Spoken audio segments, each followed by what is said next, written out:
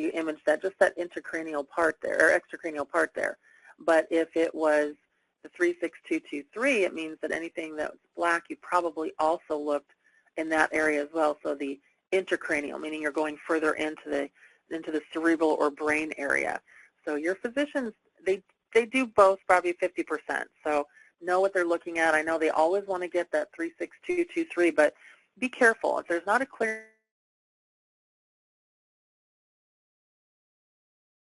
into the cerebrals, the extracranials, if there's no, the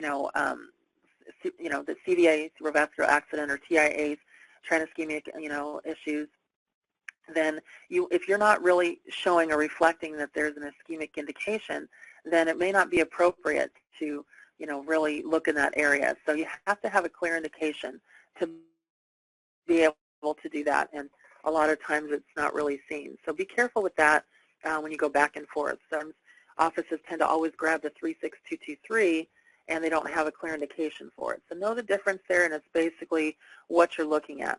And I also like to use a term called flipping a switch. Your doctors can't just say,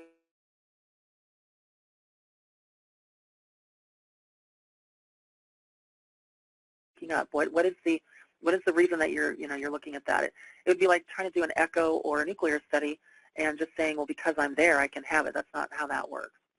36224, that's going to be your internal carotids, including extracranial and intracranial circulation. So that means on purpose you move the catheter further. So I've only given you 2 diagrams on this only because I just want to make sure that you actually would have to pay for more than that.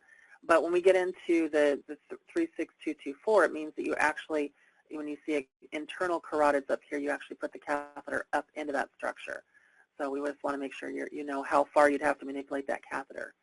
Then when you get into a separate territory, which we call the subclavians or vertebrals, the 36225, and I alluded to this before, if you're doing a subclavian injection, so you're putting the catheter into the one side unilateral subclavian, whether right or left, or a nominate, but it's with arch, but it says with ipsilateral vertebral circulation.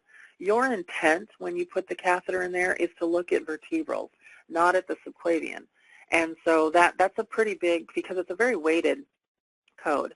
If you were just looking at the subclavian, so subclavian stenosis or subclavian steal syndrome, it pulls it back to an extremity. And so Society of Interventional Radiology kind of made that clear about 15 years ago. They put out a statement for that basically said, this is considered an extremity because in the area it's in, just under the shoulder thorax area. But if you're looking at the vertebral circulation from a subclavian selective, that's what this code is for. And then 36226, that would be putting the catheter actually in the vertebral. So as soon as you manipulate the catheter further, that's when you get that code. But the one thing, too, just know you have territories. So the 36221, this is your arch, and that stands alone. That's just non-selective. But the 36222 to 224, those are your selective carotid territories. And then 36225 and 226, that is your vertebral territories. So let's say that you did a selective common carotid with extracranial carotid circulation, and then you also did a selective right to be able to code 36226